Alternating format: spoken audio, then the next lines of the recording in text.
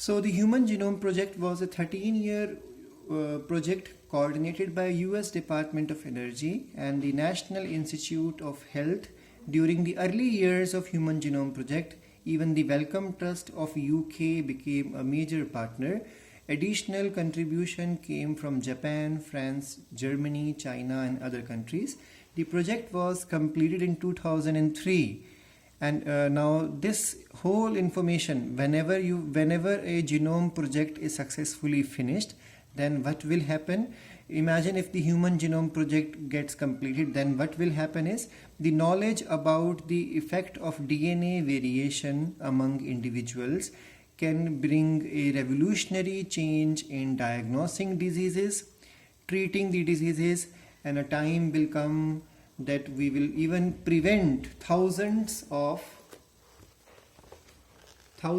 disorders which are troubling human beings. So that means a time will come in future when all diseases would be gone.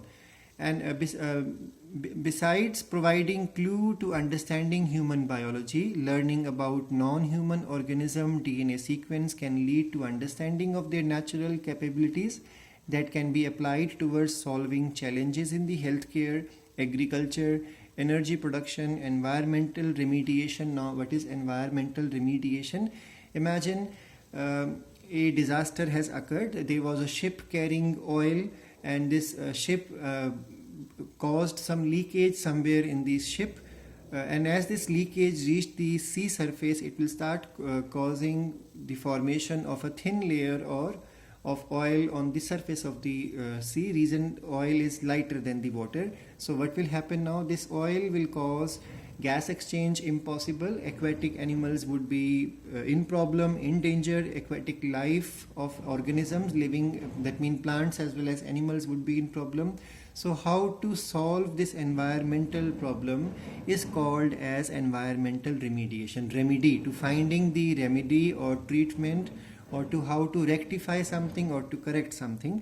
So such type of things are possible. For example, if there is a oil spillage, then there are bacteria which have been modified and developed by a scientist, which are able to eat or consume the oil. And once the oil is consumed, then the surface of the sea will become normal again. That bug is called as superbug. It's a bacteria, but it is called as superbug. So that's why now we even know about rice. We all know about golden rice. Golden rice is rich in vitamin A. So if the genome of rice is known to us, then we can bring changes in the genome and we can develop a super rice for us. That's why not just the human genome, the genome of non-human model organism have also been sequenced. So examples given here which come in board exam also a lot of time. So these are microorganisms for which genome project is successfully finished, bacteria and yeast. Then if they ask you in exam, name a nematode which is non-pathogenic, or if they say name a free living non-pathogenic nematode for which the genome is finished, so you will mention the name Remediation elegans. Name a fly, then the answer would be Drosophila, or the fruit fly. And plants example mentioned in NCERT are rice and Arabidopsis. These organisms are non-human models, and for them also genome project is successfully finished. Now I have mentioned some of the informations of the genes and the number of base pairs. I will be clicking the picture and I will be posting in the form of PDF file. So E. coli carries 4,000 genes and there are 4.7 million base pairs is its genome size. Bacteriophages are the virus which attack bacteria. Their genes are 100 to 250 and genes only, and their base pair, their genome is 10,000 base pair long. Yeast has 6,000 genes and its genome is 12 billion base pairs long. Remediation elegans, that free living non-pathogenic nematode, has 18,000 genes in its genome and its genome size is 97 million base pairs long. Fruit fly has 13,000 genes and its genome is 180 million base pairs long. Human contains 30,000 genes, and the base pairs we all know is 3 billion base pairs long. Rice has 37,500 genes, and its genome is 390 million base pairs long.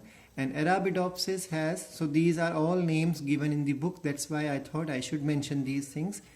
The Arabidopsis, it's a plant again, its number of genes are 27,000 genes, and its base pair is 13 million base pairs. So for these organisms, genome has been successfully done. Now, how genome is sequenced? So that means the methodology.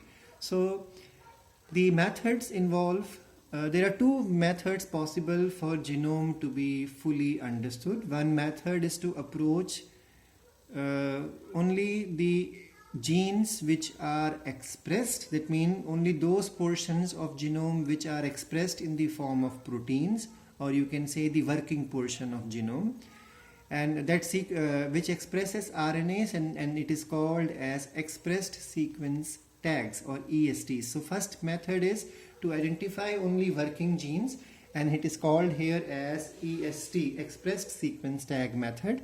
The other method is the blind approach, that means it's an approach in which you simply sequence the whole genome, whether it is working portion or it is the non-working portion. So the second method is simply sequencing the whole set of genome that contain all the coding as well as the non-coding sequences, and then later assign, that means put different region in different sequence with the functions. So this method is called as the sequence annotation method. So there are two methods available to scientists. One method is expressed sequence tag method, and the second is the sequence annotation method.